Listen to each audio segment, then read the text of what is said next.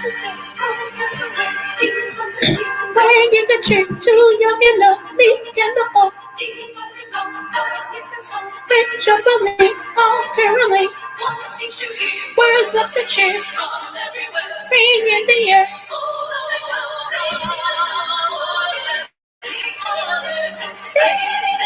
Why people singing songs of the cheer? Christmas is here.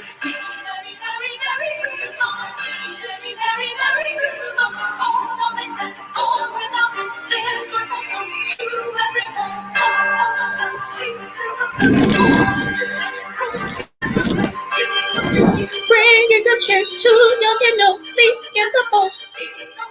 That is the song, all caroling.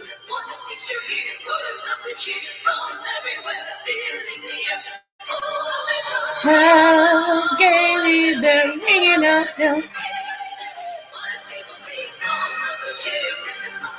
Merry, merry, merry, merry Christmas.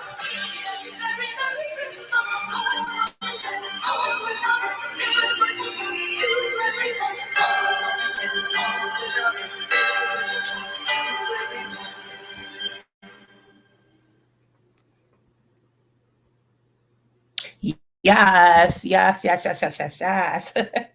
Hello, hello, hello. Hello to all of my subbies. Hello to my replay gang, those that will be listening to this a little later. This is your girl, Creole Butterfly, aka Libra Butterfly, aka Coco 929. Coming to you from Louisville, Kentucky, where the women are beautiful and the horses are fast. The horses are beautiful and the women are fast. It just really depends on what you darn like. Good morning. Good morning to you, you. You get a smooch. You get a smooch. You get a smooch. Hey, everyone. Yeah, that is my favorite Christmas song. I promise you, when I learned that song, we sung it in middle school. I was in the choir in middle school, and I'm a soprano.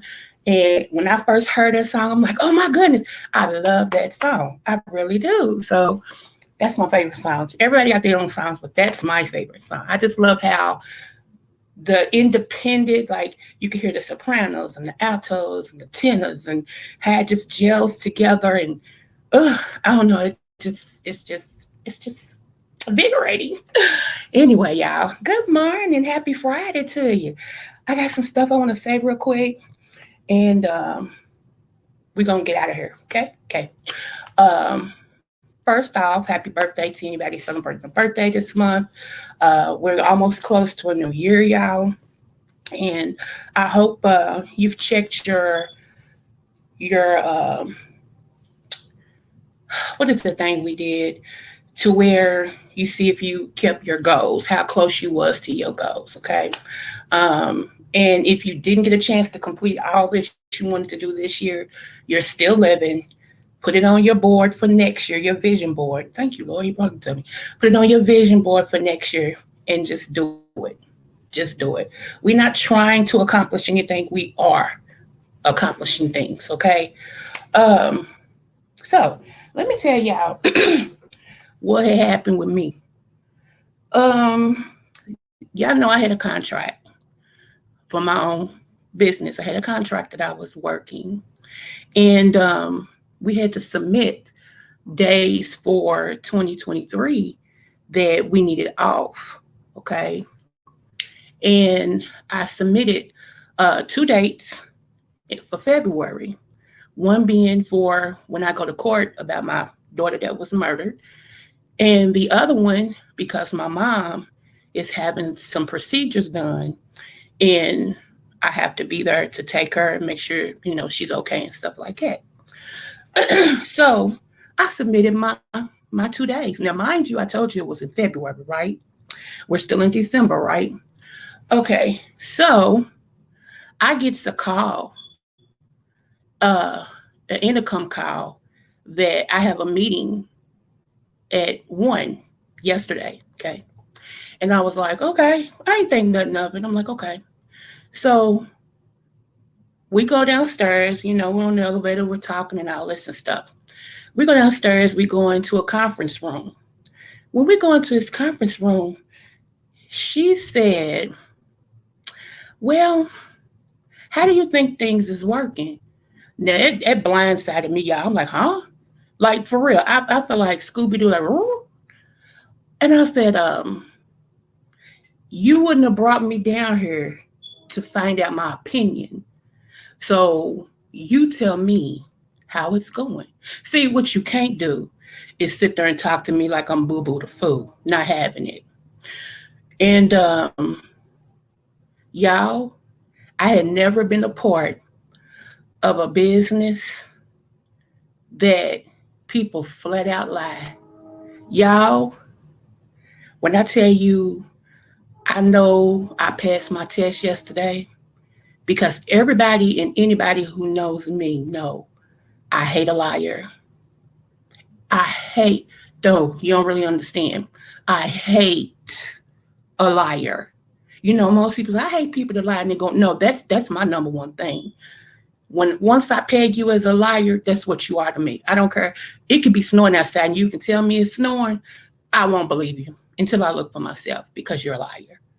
Y'all, not that her skin color matter, but this white woman sat across from me yesterday and she was talking about somebody and she was talking about me, but I swear she was talking about somebody else. I was sitting there listening to her like, who is this person she's talking about? Yeah, I had an out of body experience. I'm like, so then I went back and I said, I heard what she said. And I said, hmm, when you give someone an encyclopedia to learn in 3 days, I want you to point me out the person who learned that encyclopedia in 3 days. If you can point me somebody who learned this encyclopedia in 3 days, you won't have no qualms with me. I said, cause I'm very intelligent and everybody learns differently. I said, I told you I'm hands on. Let me get to do what I gotta do, and you will see. I said, however, um, you're lying on me. She was shocked. She looked at me. I said, no, you're lying on me. And whoever else came to you and told you whatever, I need proof. Because to me, you talking about somebody else. I ain't never went through nothing where a company lies on somebody that's contractual with you all. What would I have to gain? Oh, yeah. And yeah, I was so pissed. I just collapsed my hands together and just started holding my hands because I was so pissed. I really wanted to do something. I was, and I started laughing because I knew I had passed that test. Any other time, I would have went cuckoo for Cocoa Puffs. And I mean that. She would have been everything but her name. And I just can't, and I'm still, like, I'm still sitting here like, these people lied on me. It's just, you know, I've never dealt with that. Like somebody to come and flat out lie. Now, here's another lie.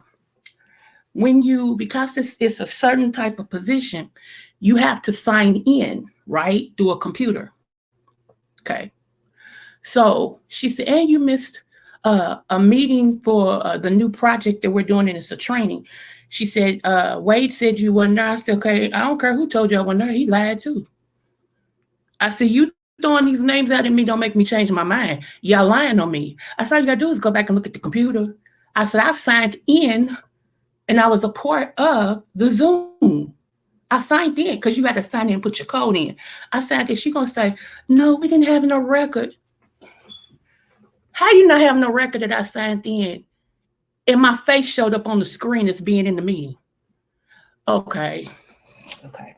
So anyway, y'all, I said I'll let to say this. These corporations, yeah. I think what happened was I became a threat.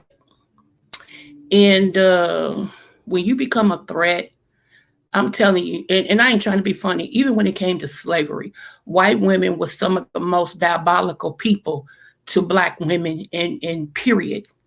And most of them was behind, the husbands beating you. Even they would smack you and spit on you and all this and stuff because of the jealousy. That's basically what it was. Now here's the thing. I said, honey, I beat you to work. I live in a whole nother state and city. I beat you to work. I'm here in the mornings when you get here. A whole hour before you get here. Now make that make sense. I'm not supposed to be there until 8:30. I get to that city and my job at 7:30 because I don't like going nowhere late. So I get there early, get my little ice and water, sip on my coffee, find a little news, get my stuff set up and everything. That's how my mama was raised us like that. My mama, my daddy was like that. I have great work ethics. Some people they don't show up until after this time. No, I'm there early because I don't like rushing. So one day, last week, I text my supervisor and I said, I'm on my way. I'm actually stuck on the expressway. I said, evidently it's some type of accident or something, and we at a standstill. Yeah, we were so at a standstill. People had cut their car off so they can save their gas. We had moved. So I'm being proactive and text her, let her know I'm en route, but I can't do nothing to expressway clear. She gonna tell me that yesterday, and then you let the supervisor know that you may be late because you were stuck in traffic. What made you think you'd be late? I said, for the simple fact that it was an accident on the expressway. It was raining. The cars wasn't moving, and everybody turned their car off and sat there until the cops came through and cleared. I said, I thought if something was going to happen, you're supposed to give pre-notice, what's going on so that your supervisor know where you're at. Also, I'm dinged on that too, huh? I should have just came late. I said, because even without that happening, I still got here before my time. She said, yeah, you did. Yeah, it was just weird. It was just weird. And so just, protect your butt. Protect your butt. Because like I said, these companies, they keep saying they want people. We need people. And I heard people say, all these jobs out here, ain't nobody trying to work and blah, blah, blah. Well, that's not necessarily true. One, most of these companies got a kickback during the COVID era. The government gave them a certain amount of money to make up the difference and to pay some people to work. A lot of them, if they didn't pay before if they didn't hire people before a certain time, they got to keep their money. They didn't have to pay it back. So don't tell me that no CEO thought about that and was like, well, we going to say we hiring, but we ain't going to do nothing. Because I look what my daughter was going through. My son was going through. All these people claim they was hiring. They are very much qualified. And they wasn't calling them back or nothing. That's a game that they're playing. You know. So the only, like I said, I am my daddy and my mama's child. I do too much for people to lie on me. And I can't stand it. Don't lie to me and don't lie on me. That's a cardinal sin with me. I can get over most things, but if you lie to me, you lie on me, I don't trust you. Not as far as I can see you, throw you, I smell you. I don't trust you. And for a company of that stature to do that, and what's so shocking, people was inboxing me and they was like, what happened? What? I cannot believe it. What happened? Because everybody's like, she don't do anything. She speak. She here early. She do. I, y'all, if I was a bad employee, I could see that. So it lets me know that it wasn't my work ethic. You just didn't like me. And because you have that power, you exercise your right to get rid of me. And since Indiana is a no-fault state, she don't have to give me a reason why she let me go. See how that works? So, anywho, I just wanted you all to be careful. Just be careful. Cover your butt. That's it. Cover your butt. Don't be surprised at what happens because a lot of people, like I said, a lot of these companies got people in position. They really don't care for you. They really don't. And see, I'm different. When I was a manager, I didn't have to like you personally. I'm not hiring you to work for me personally.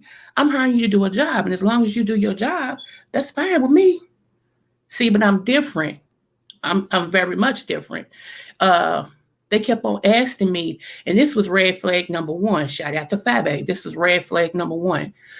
She kept on saying, "Well, I want you to tell us about yourself.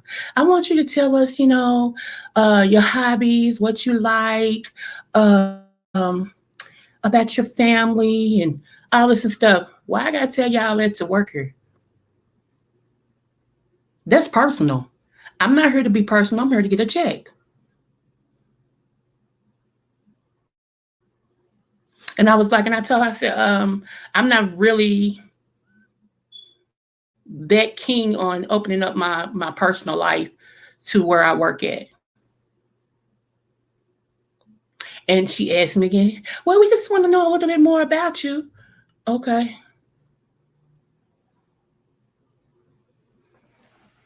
So I told my mom, I said, Mama, they keep trying to pressure me to get them into my life, like my likes, what I do after work and, um, you know, the things I've done and who I'm connected to. And, I said, it's just weird. It's like they want my personal life to mash over into my professional life.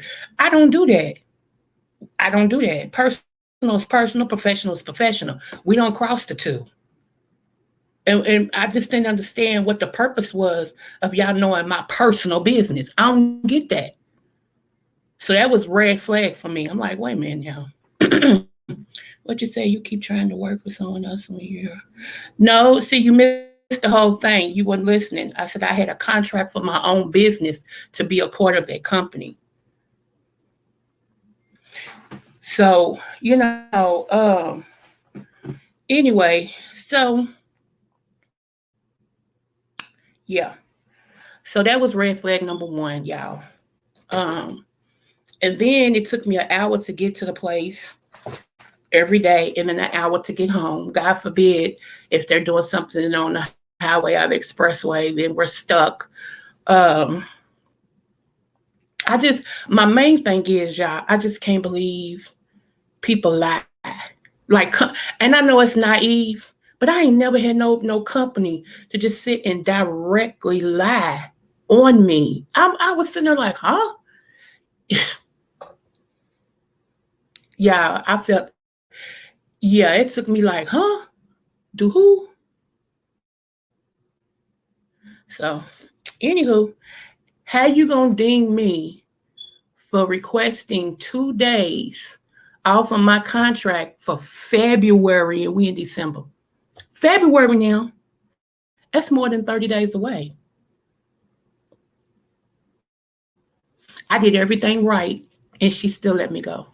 So it was personal. It was never business. It was personal. And plus, since I didn't open up and tell him any of my personal business, she had none of that to hold over my head, which I don't do nothing anyway. But the point being, you ain't got to know my personal business to be my supervisor. Or does that make sense? That anywho, I ain't gonna be the dead horse to water. I just wanted to let y'all know that and everything. So just these companies they're doing some stuff. They're really doing some stuff. And let me just put this out here. Let me tell you what I was doing. I was helping people with diseases.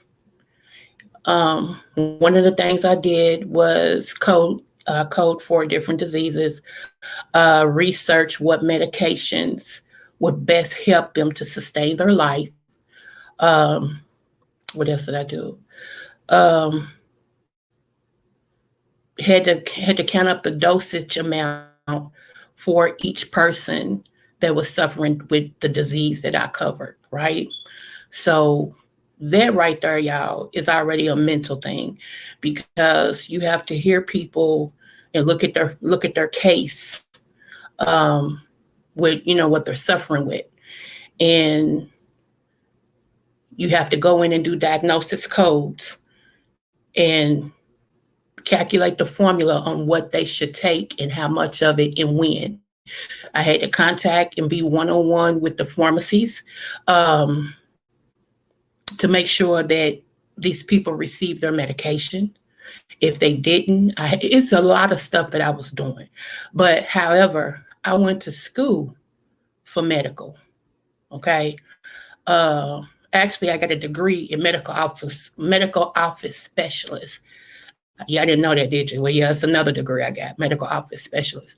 So I used to be a CNA, so codes and all that and stuff, it comes natural with me. Each year, though, they changed some of the codes, so you have to familiarize yourself again with, what these codes mean and everything. So that part of it, I really enjoyed.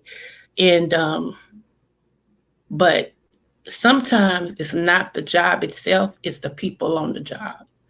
You know, they all, like I told y'all once before, they all actually uh, have the same laugh. Every white woman that sat around me has the same laugh. Their laugh is all of them laugh the same way. I promise you. And when I told my son, I said, that's how they all laugh. I promise you, you don't know who it is because they all laugh the same. And he said, what is this, the Stepford Wives or something? I said, I don't know what it is, but it's eerie. It's eerie because they'll say something like, oh, did you get that message? Yeah, I got it. It's like, it's weird. It was weird. It was weirding me out. I kid you not. And I stayed in my little, office thing. I'm like, I ain't gonna be a part of that. So then when we had to have a Zoom or whatever, everybody type in, your face shows up on the screen and stuff like that. And they was like, well, we want to hear what you think. And we want to see what you do outside of the job. So I was quiet. And they said, Miss Slaughter, you here? Oh, you talking to me? I said, yeah, I'm here. Okay, so tell me some of your hobbies that you do. I don't have any. You don't have it? I don't have any. When I leave here, I go home and that's where I'm at. Oh, wow. Okay. You have any children? Yes. See, you're not going to get in my business. It ain't none of your business. And they realize that's all we're going to get from her. Absolutely. Absolutely. What you need to know all about business for when I go home? It's crazy. So, yeah. I got to admit, as I was riding home the other day, I was like, God, and seriously, this is the conversation I had. I said, God, and I'm stressed. This job is stressing me. It's stressing me. Would I be crazy to walk away from this job and go to McDonald's? Because my peace is very important. And I can't let nothing mess with my peace. I can't. And I said, oh, well. Whew, all right, God. And that was it. So kind of yesterday when all this was happening, what went through my mind was when I said that prayer, God, this job is stressing me. I need peace. That's what he did. It came crazy. We never know how God's going to come. It came crazy, but I got to admit, I'm at peace. I'm just, my peace is too important, y'all. When you've had your peace trouble, when you finally get peace, you don't let nothing and nobody mess with that, And I remember a lady who used to be in my chat all the time, Mimi, she said, if it affects your peace, it's too high of a price to pay. And I agree with that wholeheartedly, and I hold on to that. If anything affects my peace, it's too much. That's too high of a price to pay. It really is. Yes, I'm very intelligent. Yes, I have degrees and stuff like that. I used to be one of them that didn't understand Jay Wilson because he had all these degrees and he was driving Uber. But you know what? God has made me eat my words. And I could say I can really repent off of that because a lot of times it's not that you're not qualified to have a high paying job or whatever. It's the peace of it. It's peace. And sometimes I've seen engineers that went to school for engineering. I mean, I've seen them walk away from that and go cook because it's peace. And my one professor, She told me once before, she gave me some jewels. She said, with your grades, she said, you're first of all, you're intelligent. She said, with your grades, you can do anything. She said, but let me warn you of something. Never take a job because of finances. She said, because most of the time when you take a job just because of the money aspect, you'll never be happy. She said, you are one, you need to feel like what you do means something. So what did I do? Got right out of class, right out of school, got my degree, and went to work for somebody just because of money. And she was right about that. Every day I went in was miserable. I was miserable. Making good money, sad. I would cry. I would cry. Get myself together. I would cry going in. I would have to fix my face and stuff like, okay, do my job. When I got up, I would cry again. It got to the point my husband was like, quit. He said, quit. We've been making it. We'll make it. Quit. He said, I'm tired of seeing you like this. He said, quit. He said, if I see you cry one more time, I'm going to make you quit. So it just so happened that another company uh, found my resume and wanted to interview me. And they interviewed me on my lunch break. That was so funny. They interviewed me on my lunch break through a phone. And she was like, well, we're going to go ahead and offer you the position if you want it. And I know this, we've never done this, but I just don't want to let you slip through the cracks. And I said, well, let me talk to my husband. I said, I'm going to call him in about an hour when he goes on lunch and I'll get back with you. And so he was like, if that's what you feel like you want to do, he said, I got your back. So I took the other job, but I would cry, y'all, literally cry. And I mean, the money was great, but I would cry. And I know people like, girl, you stupid. I make all that money, honey. I just got to suck them tears up. Money has never been what drove me in life. It hasn't. Now we need it. It's next to oxygen. Don't get me crazy. But it's never been what drove me in life. I have to make sure that what I'm doing means something. That's just who I am. I've always been like that, even as a kid. And so, you know, um, it just trips everybody out because they like a whole lot of things that I run into has nothing to do with my ability to do anything. A lot of times people are threatened by me. Point blank period. Let me tell you how much I know this. When I go to submit a contract or when I go to apply for a job or whatever, I never put my full education on there.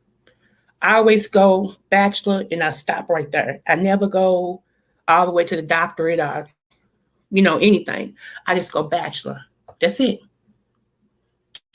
Because I've learned that when you put your full education on something, people that looks over your resume and stuff are so threatened by that, they pass you over. Even if you qualify, they'll pass you over because they're threatened. So most people, and when my daddy told me he had to do this once before, I thought he was playing.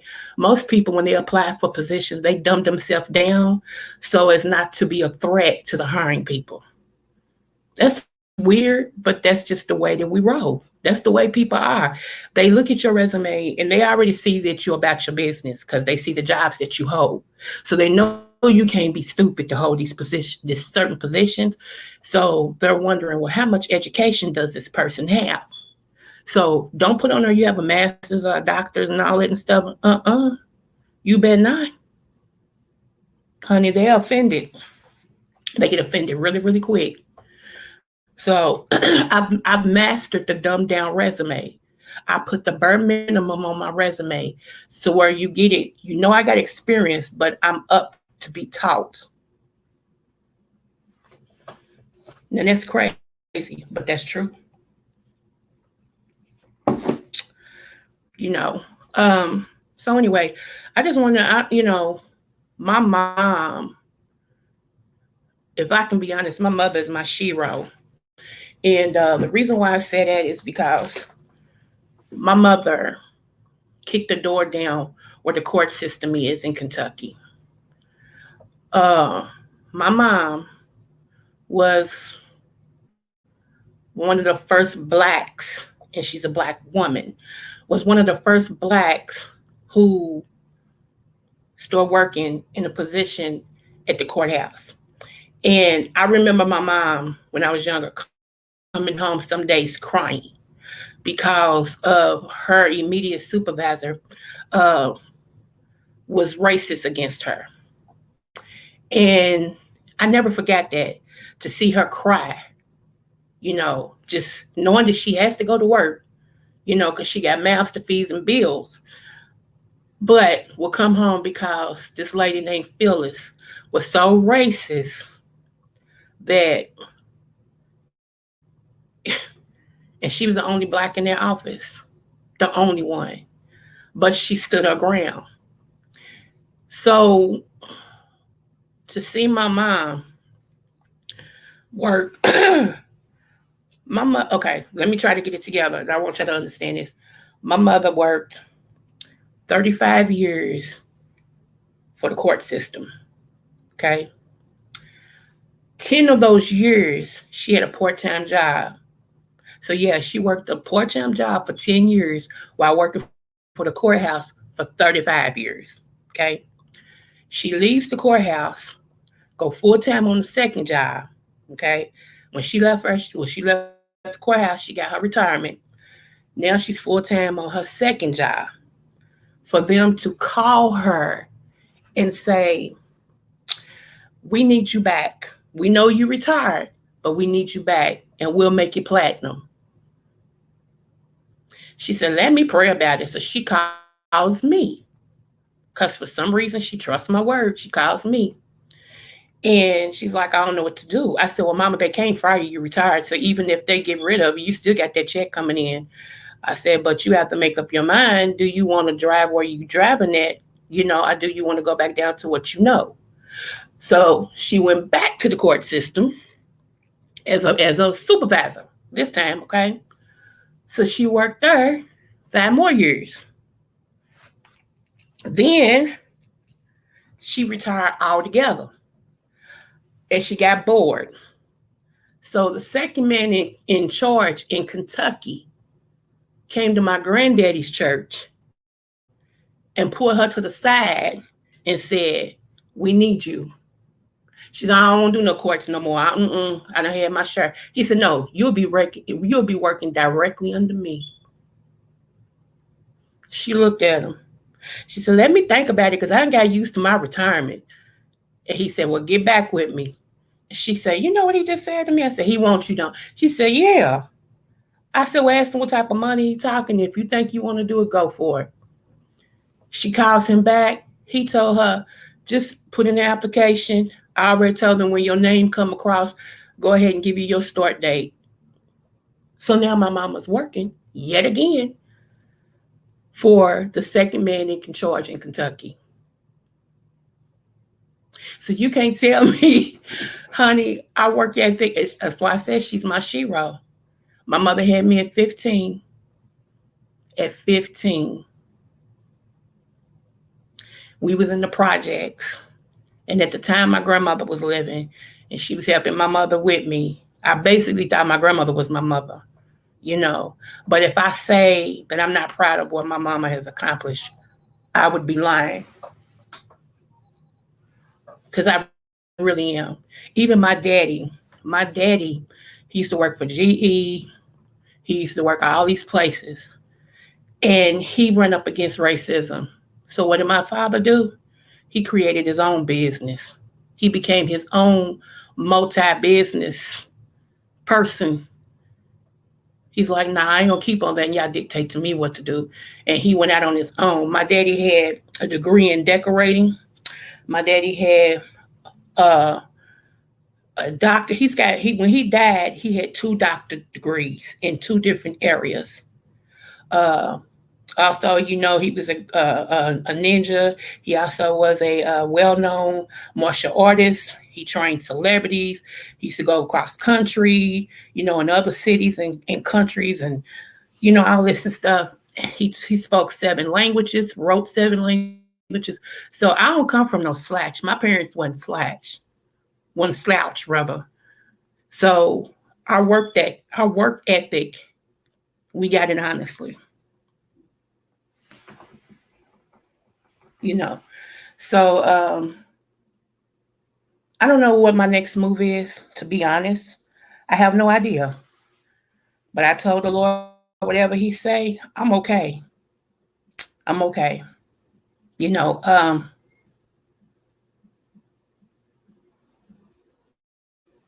it's dignity in our work. It ain't the job, it's how you carry yourself on the job. And I will say this, the Lord put me with a man who, if he had to dig ditches to make sure that he took care of his family, that's what he did. My husband will always be my hero. Always. Always. You know, even though he's deceased and he on that side of glory, I still look up to him because this man, when fast food, because he worked for Indies, when fast food wasn't getting it, not only did he work fast food, but he also worked for a top-notch company, manufacturing company. So he had 2 full-time jobs, two, to make sure he can take care of his family. I was working too, but he was like, "No, my wife ain't gonna outwork me." He said, "I'm the man. You're not gonna outwork me. These kids need you." And then it got to a point. He's like, "I don't like you doing all that. I want you to be here for me." So, like I said, his work ethic was. I don't see nobody who has a work ethic like him, for real. I mean, every time he turned around, this man was working. You know, um, and I know a whole lot of people. She able to work. I ain't gonna work like that. Shoot, I got a life. I gotta, it. Like I said, gotta give you your equal, and that was my equal. That was my equal. You know, I didn't mind him being the head. And I know a whole lot of women hate this. I didn't mind him being the head because you first have to show me you have the ability to lead before I follow, because we both can't fall in the ditch. I don't, if you already show me you don't know how to govern yourself, you don't have no control over your life, you don't have no control over your bills, you just out here just, life just whooping you. I can't. I cannot. I will say this though, there is one person, we used to be really, really cool. And just because we're not like that anymore don't mean I won't give the person their props. There is one person that I met on YouTube that I can honestly say his work ethic is bananas, in a good way. It's bananas. And that's Anthony McNeil. Anthony McNeil will work his butt off. I mean, work his butt. His work ethic is ridiculous. I will give him that, you know. And it's like I see these new breeds of males, and it's like, you know, I don't know what to say about it. It's like I've never seen a lot of men that want to be compared to a woman. I've never, that's a new era of man. And in the famous words of Rico's mama, it grown folks over here. It's grown woman stuff over here. We grown folks. I've never seen that. This is this new breed of stuff. But I will say this: a lot of times people pattern after their parents. They really do. It takes a lot to break from dysfunction and say, you know what, I didn't like how that was. I saw how my daddy did this. I saw how my mama did this. And I don't want to be like that. So I got to turn it all the way around, because it can be done. But a lot of people, they succumb to what they were raised up in. Most of the time, if parents is dysfunctional, they're gonna be dysfunctional because it's what you know. And it takes really, really a lot of courage and a lot of believing that you deserve better to do better. You know, because I could have been a statistic. Let me just say it like this: I could have been a statistic. There was so much stuff that went on in my life when I was growing up. from the molestation to the rapes to the abuse, stuff like that. I could have just said, you know what, I'm gonna be a F up all my life and just succumb to all of that. I'm just gonna be a real loose girl. I'm gonna just stay high and drunk all the time. I ain't gonna try to do this, this, and this. I could have did that. But it's just something in me that says, get up, dust yourself off, go get what you're trying to do. Become who you want to be, not what you were shown. Okay, I'm gonna say that again. Become what you want to be and not what you were shown.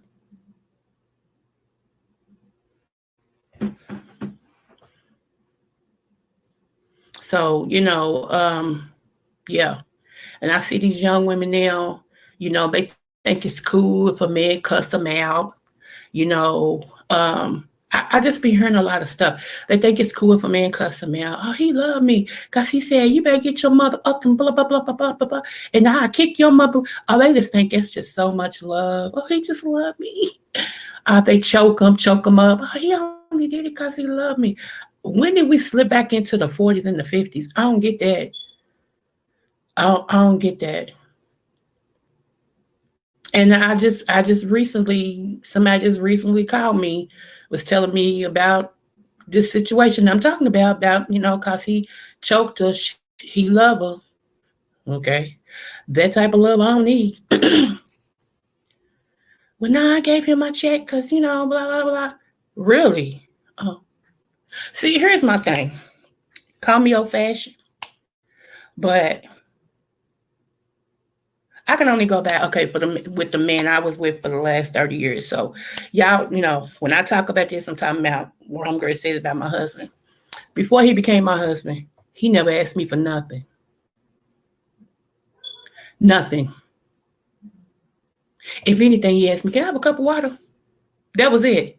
He actually told me, you tell me what you need. And I had this I'm every woman type of attitude because I was doing for my kids by myself, had it going on. I didn't ask you for nothing. And then after a while, I said, I'm going to test this. I said, okay, it's almost Christmas and I'm $50 from their layaway. Now, y'all, all my kids' Christmas stuff was already taken care of. I was just going to see if he was going to give it to me. He said, you'll have it tomorrow. The next day, you think I'm playing? He had that money there for me. He said, is that all you need? He hadn't asked me for nothing. I was like, whoa. He came down, helped me wrap the kids' gifts, everything. I have a problem. I do. I really have a problem when I see men go after women for money. I have a problem with that. In the back of my mind, I'm like, And that's because I've never been used to that. I've never been used to a man asking me for anything like that. If I give it, it's because I want to. Most of the time, they give to me, and it lets me want to give to them. But if I don't get nothing from you, and every time I turn around, you running a tab on what you need, oh no, we won't do that. Boo boo the fool, I'm not. So, I don't know what new braid. I don't know what new brand. Yeah, I keep, and I'm free hearted. I'm one of them that's free hearted. Like I give all the time, basically. My mama used to tell me, "Girl, you're gonna be rich, but you'll be poor because you give it away." I give all the time. But when it's like I'm the one that's giving all the time, I can't get Starbucks, a lunch, my hair done, none of that. I can't get that from you, but you want something from me. No, it don't work like that. It don't work like that. And most, to be honest, most men, not males, most men, they won't ask women for nothing. And especially if they ain't got nothing to give.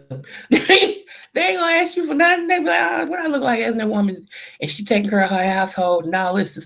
Cause yeah, Anywho, move forward.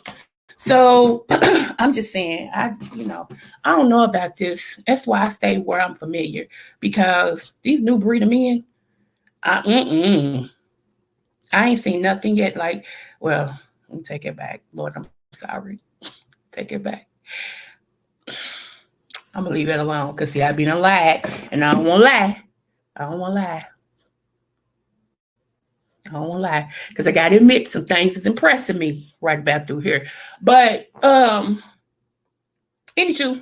so let me get on to this. Another thing I want to tell y'all. I talked to you all yesterday about penicillin and amoxicillin having a shortage, right? And I gave you all clotted silver is one of the things. Also, another thing you can do, and I've talked about this once before, but I'm just reiterating, you can get some oregano oil. You need the type of oregano oil that you can also digest, not just the part that you can use somewhere else.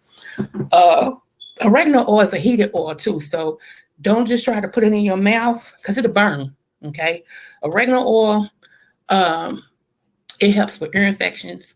You can either mix it with a little uh, olive oil and drop it in your ear, or you can put it on the outside of the perimeter of your ear, and it'll relieve your earache.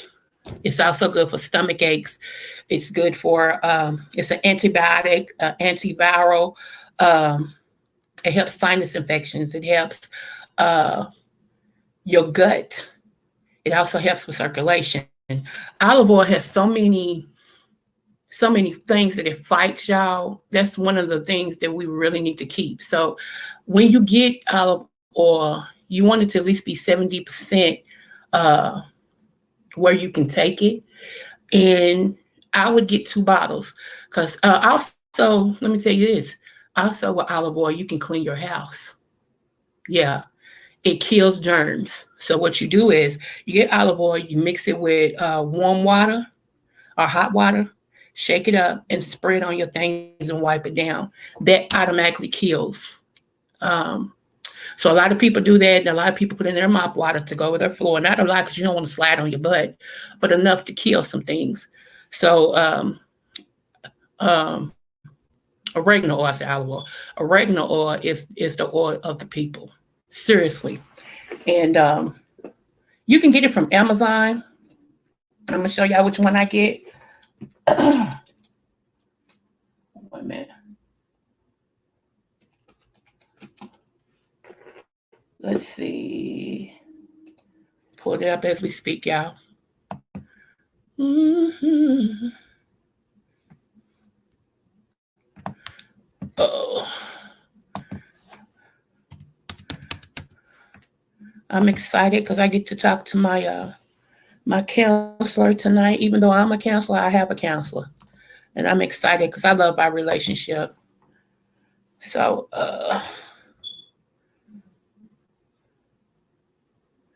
come on, stop spinning,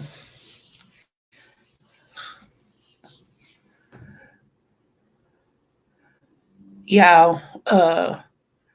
We got this heck of a Uno game gonna happen on Christmas. I already told the kids I'm gonna whoop their butt on Christmas and Uno. So yeah, it's going down. Baby girl was talking so much stuff. You know I'm the Uno queen, mama. Whatever, whatever. So let me pull this up. Let's see.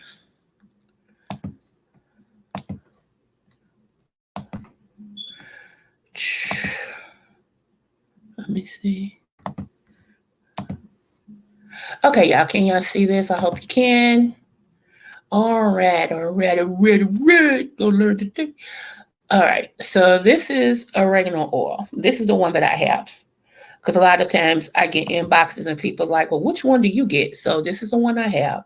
Um, yep. So immune support is non-GMO, vegan, gluten-free, alcohol-free. So yeah, this is the one I have.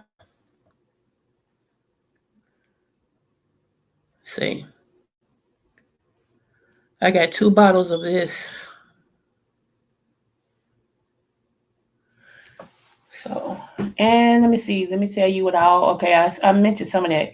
It actually decreases inflammation. So if you have a lot of inflammation in your body, this is something you can take as well. It helps fight bacteria. It also helps prevent expel cancer. So that's what they're saying. And It helps treat yeast infection, candida, improves your gut health. It relieves pain. Okay. It's a natural antibiotic. So, there's many things that oregano oil can do. So hopefully y'all can use that in some way, some form, um, and everything. It was something else I wanted to pull up. Let me see. So yeah, oregano oil, and I told you about colloidal silver. And if anybody's trying to clean their blood, let me give you something else you can use to clean your blood. Okay. So let me pull this up. Hold on one moment. And this right here, y'all thought that um that other thing I showed y'all was good.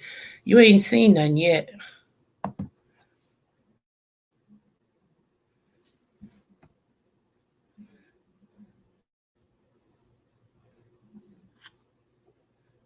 I hate this thing because you can never find the button to scroll down.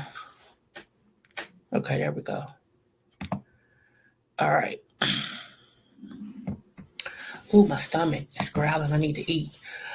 Okay, so slow down. It's your birthday.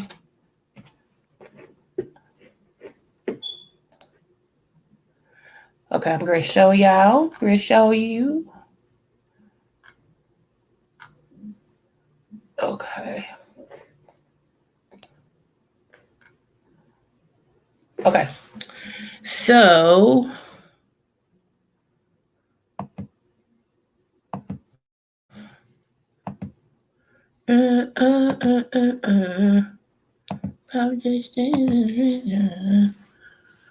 it'd be nice if I learned the song.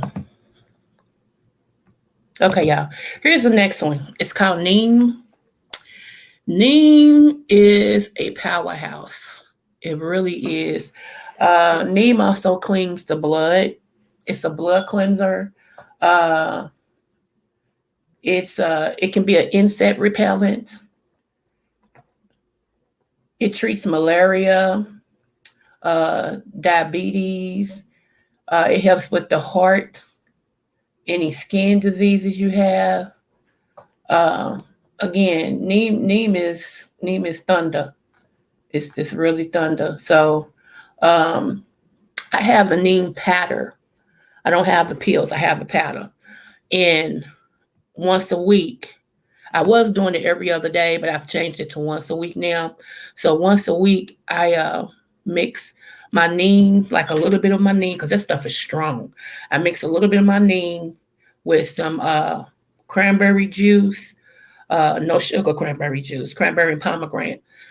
Mix it with that. I also do beetroot juice. I mean beetroot powder, because beetroot cleans your blood too.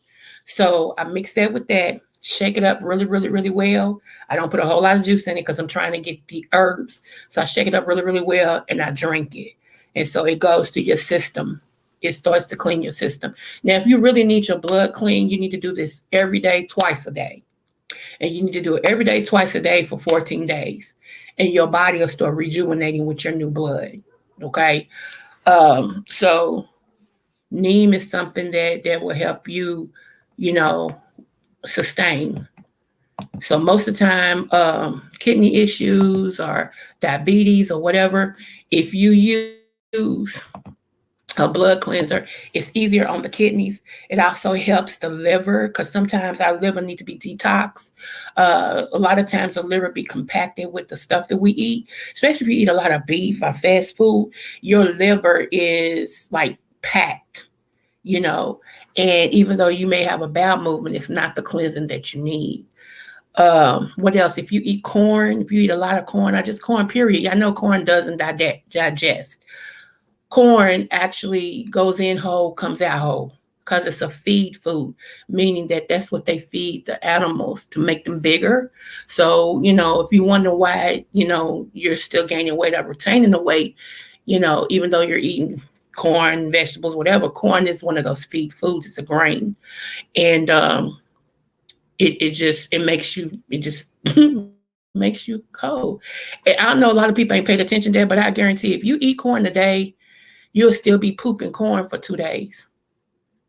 Seriously, you don't forgot you ate corn. 2 days later, you be like, why I got corn in my because it goes in whole and comes out whole. That's one of the foods that never digests, and it bloats you. It bloats you. And don't get me wrong, I love corn, but when I learned that, I started backing up off of it because of one, the carbohydrates in it, and two, like I said, it sits there, and it bloats you and everything. You say, yep, what you say? Yep, 200-300. But yeah, corn is good. I love corn, especially honey, here in Kentucky during Derby time, we got this type of special corn and they wrap it in aluminum foil. Oh my goodness. You talking about so good, but I promise you, after I eat that, I'm like, I don't want nothing else because it, like I said, and plus it bands your bowels.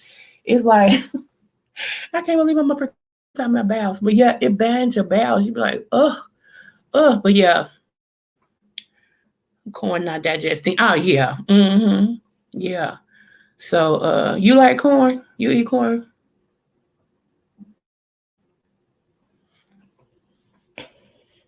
Like I fry corn, like I make fried corn, corn on the cob, corn pudding. Like when we do it, like I ain't no stranger to corn. I just backs up off corn. But me and corn, yeah. Mm-mm.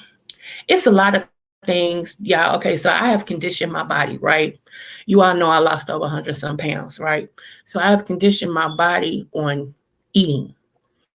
And anytime I feel like I want to be a grown woman and just eat, I'm gonna tell you the next day I upchuck it. Cause my body now is so at a point to where it's certain things my stomach tolerates, certain things it doesn't. And I see myself more craving more vegetables now, instead of meat. And or if I do eat meats, I don't eat as much as I used to. Like, and I can't eat as much as I used to in a setting. Like, okay, let's just say when I get out of here, I'm gonna make me some breakfast, right? I'm gonna make me 2 eggs and one piece of bacon. That I eat. Now, I won't eat no lunch because I don't have nowhere to put it. Nowhere. By dinner time, because I usually do one meal a day, but sometimes, I get starved. I start starving. By dinner time, there's nowhere in the world I can go and get, let's just say, 5 chicken wings, fried potatoes, and I can't eat like that no more. My body is conditioned to only take in a certain amount of food and then be done. I found that out the hard way. Every time I try to force myself to, just eat or whatever, then I'm telling you, within a couple of hours, if not the next day, I'm upchucking it. You know, when you get to a point and you start, because like I said, I've went one meal a day for so long, my body is stuck on one meal a day. And if I eat more than one meal a day, it has to be two small meals, not nothing big. So a lot of times, even when holidays come, I eat part of my plate and I'm full. And then maybe an hour or two later, I eat the rest of it and I'm good. I'm good. So I ain't gonna buck the system. I ain't gonna buck the system. A lot of people can't do that, and I get it. I get it. I didn't set out to do it, but that's just after a while, your stomach shrinks. Like the inside, what you take inwardly, it shrinks. You know, and you can't feel your stuff with everything. You just can't. Let me see. Sometimes it's hard to eat corn on the cob. You silly. You silly. With no teeth, I feel you. But yeah, y'all. So that's just my eating habit. I ain't knocking nobody else for doing you. Okay, so my third thing is, because we at the hour now. My third thing is, I am at a point to where you all know that marijuana is becoming legal here. well, legal across the United States. However, by me being a minister, I'm at odds with that. Not for anybody else, but for myself. There are certain pains that I have that I already take herbs for, and it works. But after a while, you get tired of taking pills, no matter what the pills is, right? And so I was told that marijuana would help tremendously. And so my ministry is conflicting with that. So I'm at a point I'm seeking to find out. I know a lot of people are like, girl, ain't nothing wrong with that, blah, blah, blah. That's what you say. I'm waiting to see what God say. See, because at the end, that's who I'm trying to please. So I don't want anything. I've came too far to let stuff interfere with my relationship with the King. Okay, um, so I'm researching. I'm researching. Instead of him making murder, he should have legalized weed. He already did, but a whole lot of states, their governors said they don't want to do it. A lot of states was like they don't want to do that. They're not listening to him. He did make that announcement. I think it was about 2 or 3 months ago. So, you know, but yeah, that's what that's where I'm at with it. And I've been looking into, and I, like I said, I don't want people's opinion. I'm one of them. Like I said, if it comes, between me and the Father, it's too much. And so I want to make sure if I do go that route, that it's not against what He has called me to do. I know a lot of people don't take their calling, God calling them into like I do. It's just me. That's always been me. I've always wanted to please Him. So a lot of things that I did, I didn't know was wrong. I tried to rectify that, you know. Um, in my younger days, I had the I couldn't help it type of situation. And I, since repented for that and tried to get it right, do I think I'm perfect? No. Am I striving? Yes. Because see, some people, you are the only Bible that some people will see. And if people really took that to heart, like all these ministers and whatever your calling is from the Lord, if a lot of us took that to heart, that we are the only little Jesuses, if I could say it like that people ever see. Some people ain't gonna never go to church, ever, but they're watching your life. And so I'm just one that what I do, I want to make sure it doesn't cause somebody else to fall. What I do, I want to make sure it doesn't, take away from somebody else's belief in Christ. I don't want that on me. Because see, when I stand before Him, He's gonna bring that up. So it ain't personal to some people, but it's very personal to me. And I think that's why a lot of people don't like me, because I'm real about it, and like, oh girl, you making too much out of that. God know we're gonna fall. No, He gave us grace, which is true. But you shouldn't abuse the grace either, because after a while, your grace runs out. See, nobody ever told you that scripture. Your grace runs out. He don't keep on giving you grace over the same situation. Yes, the Bible says your grace is sufficient for me. That's true. But to knowingly do something and you know it's wrong and to keep doing it, no, there's no grace for you. That will come up on Judgment Day. And see, this is true teaching right here. A lot of people got the I can't help it gospel. They preach everything is, oh, it don't matter. God will forgive you. Yeah, yeah. But when you repetitively keep doing the same sin and you know better, you keep doing the same thing and you know better, your grace runs out. Hey, NC girl, smooches. It's okay, honey. You can go back and look at it. I'm gonna make you a mod too. I'll do it tomorrow because I can't do it today on this computer. I'm gonna make you a mod as well, so I have a backup. But yeah, there's no, and I know people are not used to this type of gospel, but it's the truth. It's in your word. Look at it. That's why I said I'm constantly repenting. Do I go out here and deliberately do stuff? No, no. Let me go here too. I hear a lot of people talking about, well, shoot, God knew we was gonna fornicate. And that's okay with you? That's okay. Cause he put it in the Bible. He knew it. But this is what gets me. When it's something you don't really want to do,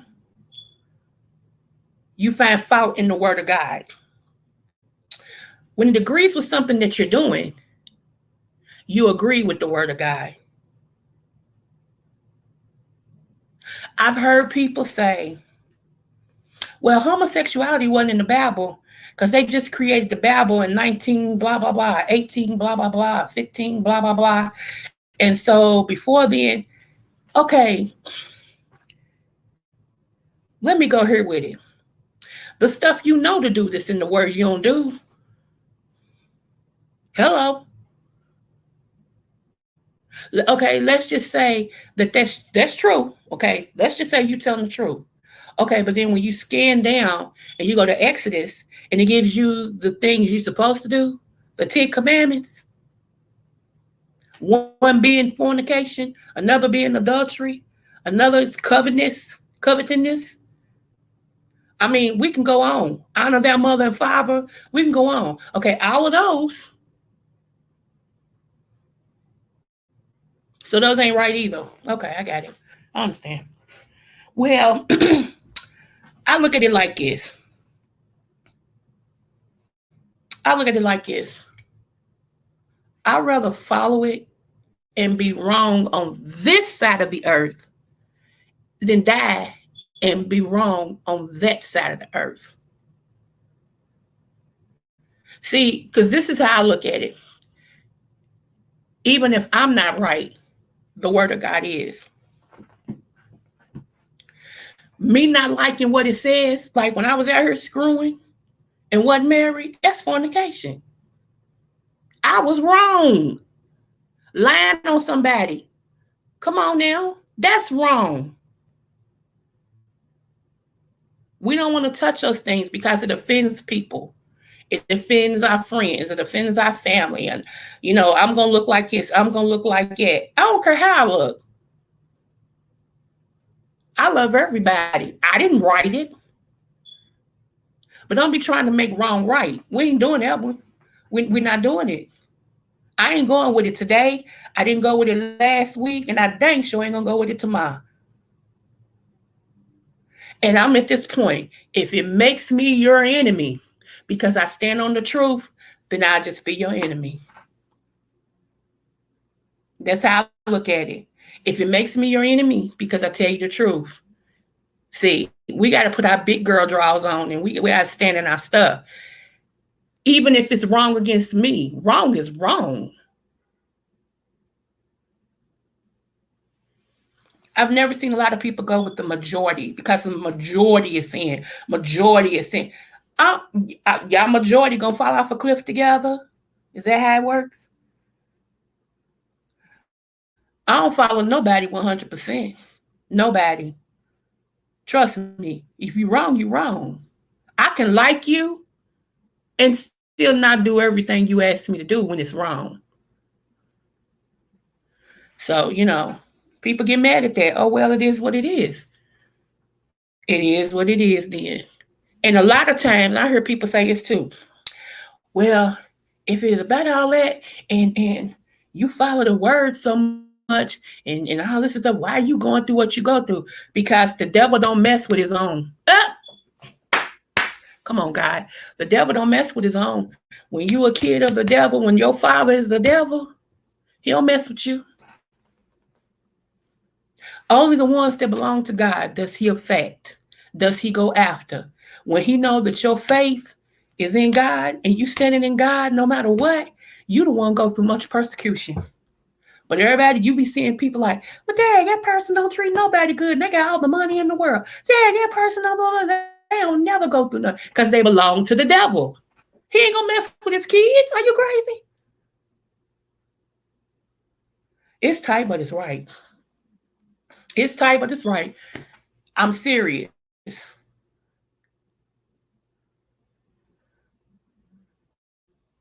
America needs to remove one nation under God from her currency because ain't nothing godly about America today. And here's the thing what we had to realize too. We keep feeling like is exempt from diabolical stuff happening as a country. No, America has sins it's got to atone for. First of all, slavery. See, and I heard people say, well, slavery's in the Bible. Not the way that they did it. When your slaves are released, like when you supposed to, somebody's supposed to agree to be your slave. Did y'all know that? They're supposed to agree to be your slave. And then when their contract is up, they're supposed to leave with tangibles. Come on, know your history, boo. They're supposed to leave with tangibles. There was never supposed to be slaves forced. And then there was never supposed to be released with nothing.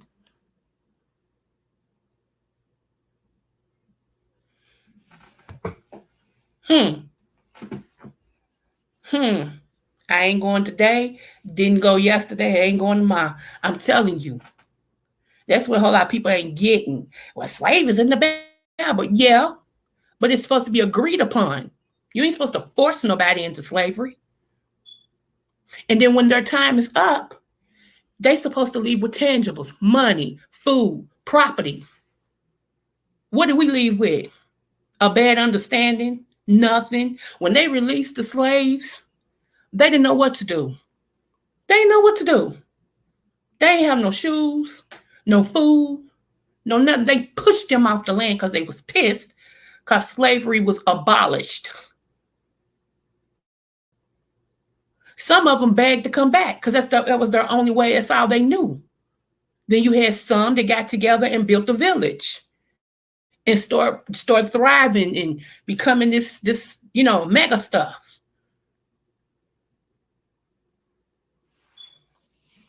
So I'm just saying, IJS. It bothers me to hear people talk about stuff they don't know about. And I just be sitting back like, and then you got people that agree with anything these content creators say. They can say, the sky was purple and orange and green, and then the oxygen made it blue. That's right. And I be sitting back like, what the heck? What the hello kitty? That ain't true. God forbid if you speak up, because then you be attacked. I ain't never, yeah. Oh God, I've never been a follower, ever, ever. You know, there was times I had to follow to learn. That's different. But just go along and get along ain't never been my stilo, ever. Because I be sitting back like, some of these people are dumb as a doorknob. They believe anything. You can tell them, a cat crossed the street, it turned into a dog last night. I've never seen a bunch of people, and I'm going here, I've never seen a bunch of adults that need to be validated on a social media apparatus. I've never seen that until I came on YouTube. There is so many adults that is looking for validation through other people to be who they are. Huh? That bothers me in my shana, y'all. When it gets to my shana, it means it really, really bothers me. I be sitting back like, you too old to want validation from people, especially on the YouTube thing. You don't know these people, boo. I say this like this. When it comes to my little channel, I'm proud of my little channel. I really am. Because I'm working hard at it. Whether it flops or be a success, I did it. And I did it my way. Me. It's weird. It's weird. Like I said, I gave a shout out to Shelly Hutchinson, because she had my buddy Dirk C. Williams on her thing, and they were talking about small content creators and those who standing in their stuff and won't beef. I won't get into a whole bunch of who shot John to make their channel grow. And so for her to acknowledge that, I took that as, and that's my buddy. Dirk C. Williams is my buddy. And for her to acknowledge him like that, I feel like all of us little channels, I feel like we all won. He won, I won, Real Mamas won, we all won. You know, uh, so I'm grateful for that. I'm grateful for that. it's a lot when you're trying to um just stay who you are. Like I said, I'm who I am. Either you like me or you don't, and that's okay. I refuse to put on a nose, some floppy shoes, a big wig, and act a clown. That ain't me. Am I knocking anybody else? No. Because if that's they stilo, that's they stilo. Do you, boo? But don't ever compare me with any of that. Because you don't get it here. I don't know how to be nobody but me. And that's either gonna be good enough for us or not. I don't know how to do nothing but tell the truth. That's either gonna be good enough for us or not. And I'm okay with whichever way people fall. I've lost subbies, I've gained subbies. That's just the way the ball bounces. But what I ain't gonna do is become, you know, Sister Watermelon because it worked for Sister Watermelon to do jumping jacks and all this and stuff. So I'm gonna be Sister Watermelon sidekick. Heck no, honey. I'm original. It's only one of me, and I love me. All this dark melanin over here, I love me. I ain't trying to be nobody but me at all. So you either gonna like my content or you not. And either way, I'm okay with it. Because what's for me is for me. That's basically it. What's for me is for me. I can't use nobody else's yardstick to try to measure my life or, what I'm doing. And mm-mm. There's people I support. I support them because that's them. That's how they run their stuff. And I like it. Then there's people who try to tell you how to run your channel. Ain't gonna happen. 52 over here. It's grown woman over here. Grown woman. I'm trying to guard my spirit so I don't watch too many people because they're on. What you said, NC girl, for real. For real. So, it is what it is. And when I say stuff like this, let me put this disclaimer out there. I don't have a dog in the fight. Meaning I ain't throwing no shots at nobody. I'm very verbal. If there was something that I need to say, I would say the name. I don't have no dog in the fight like that. I'm just talking. I'm talking how I feel. So please don't get on your white horse and take what I'm saying and say, oh, she's talking about me. No, I'm not. I'm just talking in general. But if it hits, hi, Tara. Smooches to you. Thank you, love. Yeah, if it hits, it just hits. I don't care enough to be out here targeting people. That's not me. I don't do that. I don't do that at all. I say what I feel and I feel what I say, and that's it. So that's basically it. I don't have nothing against nobody because you have to care enough to do that. I don't. Seriously. Um, I got too much on my plate. Too much. I ain't got time for no YouTube beef. You know, where would that even fit in my life? Like, I don't know you people. You know what I'm saying? Like, how people like, she don't like me because I don't know you. What do you mean? So, anywho, I wanted to pass out Christmas cards this year, but people, are very funny about giving their address out, and I get it. I do, because you don't know who's sitting behind this apparatus. I understand. But I just wanted to, just show you all that I appreciate you and everything. I'm gonna try to do an interview with this content creator. Her name is Olivia the Oracle. I'm gonna try to do an interview with her. I'm gonna schedule it for January if she's open. She said just let her know and she would do it. So I'm trying to get a date that works for her as well as me. It's some things that I hear sometimes when I'm sitting in her bushes that I love because she's like some of the ways I think she's on that. And it ain't got nothing to do with no content creator. This is strictly governmental. This is strictly uh,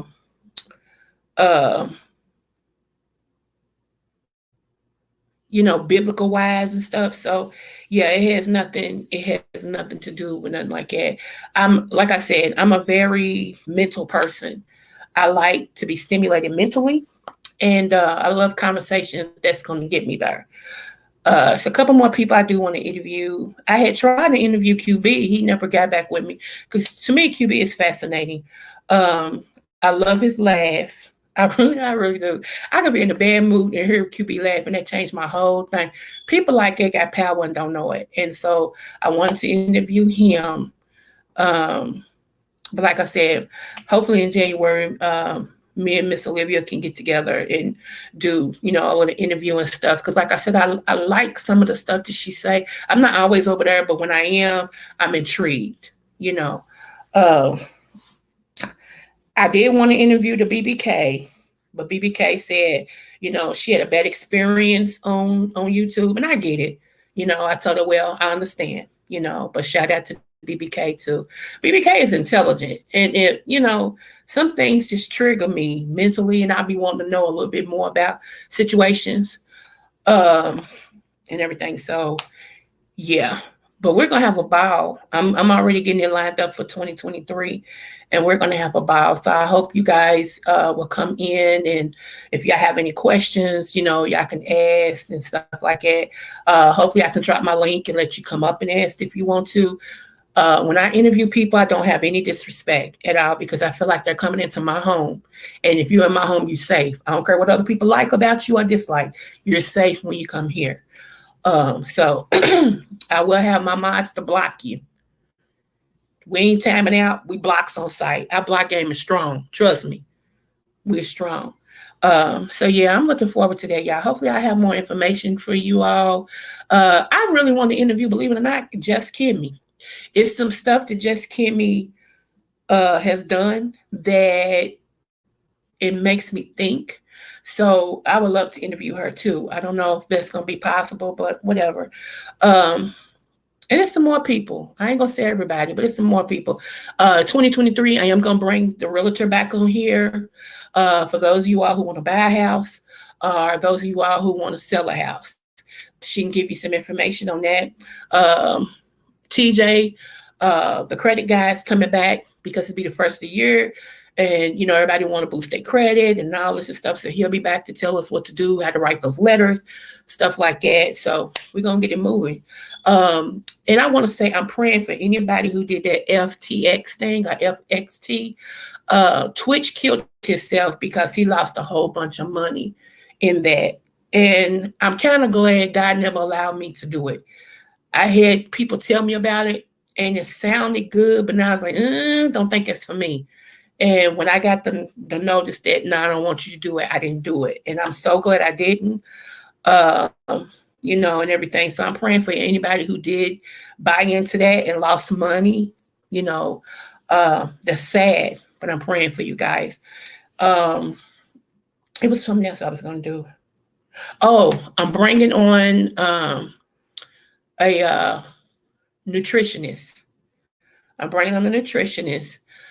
This nutritionist is going to teach us how to eat to save our life and give us some good recipes, something simple that you can do and everything. Because let me tell y'all something. Some of this food is not even edible anymore, for real.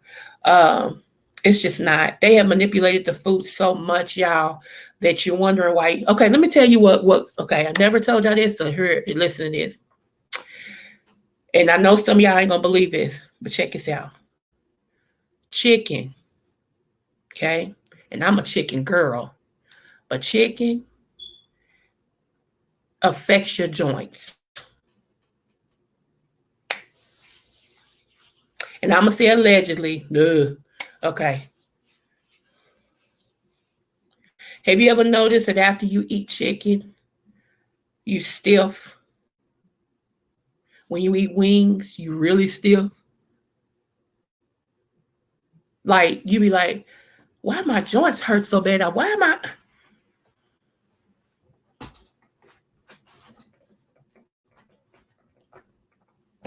So yeah, I'm not saying not to eat it. I'm just saying, just note it. From now on, notice. Just think about it. Prove my theory. Prove my theory. So anytime I eat wings, I know that within a 12-hour period, I'm gonna start, my joints is gonna hurt. So when I do eat chicken or chicken wings, before I eat them, I take a capful of apple cider vinegar and some warm water and drink. And then after it's over, I take a capful of apple cider vinegar and warm water to help counteract the effect on the joints. Hamburger or beef can set up gout in you. If your toe ever really be hurting, like it's like, oh, why is my toe hurting so bad? Like it's gout. And what that means is your kidneys are not able to break down that protein and stuff like it should. And so you get crystallized around a certain area. And you can get gout in your spine. You can get gout in your hip. A lot of people that think it's sciatica, it's really gout. It's really gout. It's where your joint connections has crystallized. And so in order to come out of that, to counteract that, what you do is one thing you can take to counteract gout is called, hold on, astragalus. Astragalus helps. It helps a lot. Another thing you can do, apple cider vinegar. And also cut back on that's causing the issues. I told y'all a lot of our problems start in our mouth. That's where a lot of our problems start at. And like I told this one person who suffers, well, they thought they suffered with sciatica, because that's what the doctor said. The doctor said you got sciatica, so we believe it. But like I told, if you write down everything you eat and you start cutting back on all of that, you're gonna see your body gonna feel better because it all starts in your mouth. Seriously. And I know people get mad at that, but it's the truth. Your body cannot break down what it used to break down. And this stuff is not the stuff that we grew up on. I remember back in the day, people was living a long time with diabetes. They call it the sugars. People was living a long time with the sugars. Now, because the soil ain't what it used to be. It's just not. And we don't know what they're feeding these animals and stuff. And some animals ain't even animals. They're creating them in the lab now. So they put it out there because they used to have to put on the label where they get their meat from. The vegetables and all that. They used to have to put on the label that. Now they don't have to do that. They voted against it. So you never know what you're eating. You never know. Seriously. How you eat a hog with no head? All the pigs and hogs I know come with a head. See what I'm saying? So you never know. Just be careful. That's all I'm saying. Enjoy what you enjoy. And that's another reason why the Lord wanted us to pray over our food, because we don't know what we're eating. That's why you should say your prayer before you break bread. A lot of people don't even do it. You don't bless your food. It is what it is. Seriously. So I'm just saying, enjoy what you enjoy. Christmas is coming up. Enjoy what you enjoy. Just do it in moderation. Just do it in moderation. Be careful what you're eating, especially if you know your body can't take it, y'all. Stop trying to force your body to intake stuff that you know yourself you shouldn't be eating. Like, I like chitlins, okay? But after I eat a salsa of chitlins, I don't eat no more. Why would I hurt myself? You see what I'm saying? Everything in moderation. And I only eat them once or twice a year. Ain't like I eat them all the time. I like pork chops, not all the time, but I might eat maybe a pork chop every 6 months. Just one. My son be so mad at me. Mama, when you gonna fry some pork? I don't eat pork chops. But I ain't no frying one. I fry 4, and I eat 1, he eat 3. So yeah, just be careful. That's all I'm saying. Anyway, y'all, it's been a pleasure speaking with you all today. I hope you go back and listen to this. Please like and share my video. Shout out to everybody. And y'all, it's 'tis the season to be jolly. And I know some of us going through a lot right now, including myself. But I'm just trying to stay focused on the reason for the season. And even though we don't know if Jesus was born on Christmas or not, this is the time that we observe it. So just embrace him, embrace what the season is about. I know sometimes things is hard to do, especially if you lost a loved one around this time. It's really hard, and I understand that. But it's at a point to where, again, I'm grateful. Let me tell you this. Even though I miss my husband tremendously, y'all, and I miss him tremendously. Trust me, every waking day he is on my mind. Every other minute he is on my spirit. I miss him. That was my best friend. You know what I'm saying? He wasn't just my husband. I liked him. It was my best friend. And I do. But you know what I'm grateful for? That he's not suffering. He was too good of a husband and too good of a man to suffer. And that was always my thing. I didn't want him to suffer. So, even though my mind goes back to the last time he was sitting in his house before the ambulance came and got him, and then my last time seeing him in person and everything, I'm just glad he ain't suffering. Because he did go, they put him on a ventilator, and they kept telling me to come and take him off because he was dead, come and take him off. And my faith was so strong. And at the time, my pastors was like, we're going to pray him through. Because we've seen that happen. We've seen somebody be given up for dead. I mean, they were dead and God brought them back. So I was hoping that would be my story. Okay. And so when God made it okay with me in my spirit, believe it or not, y'all don't think this is crazy, but I was laying in the bed and God said, I have him. It's okay. When he said he had my husband and it was okay, that then is when I let him go. Seriously, the whole time he was in the hospital, and when I couldn't get up there to see him because they had closed the COVID wing, I couldn't get up there to see him. They did video thing, so they would take the video in there so I can talk to him through video, even though they was like, you can talk to him, it might help. And I would just talk to him like he was sitting next to me. I was, baby, you see that basketball game and blah, blah, blah. I mean, I was just talking to him, and the kids would come and say, hey, Pops, we here, we praying for you. Blah, blah, blah. I mean, it was love for real. The Bible says to death do us part. For real. And so I sit back now and I smile about it because I'm like, when he was here, he was the best thing ever. I have no regrets. And I know it's hard to say. I have no regrets. If I ever had a regret, it's that we're not together to do the plans that we had. Because we were going to move out of town, just me and him, and travel, and all this and stuff. So that would be the only regret. But as far as everything else, I have no regrets. He was a great husband to me, a great, even in our downtime, even in our time where our separation time, our arguments, or whatever we had, he was still good to me. So I'm just grateful that God didn't allow him to suffer. And that's what I hold in my heart, that he didn't suffer.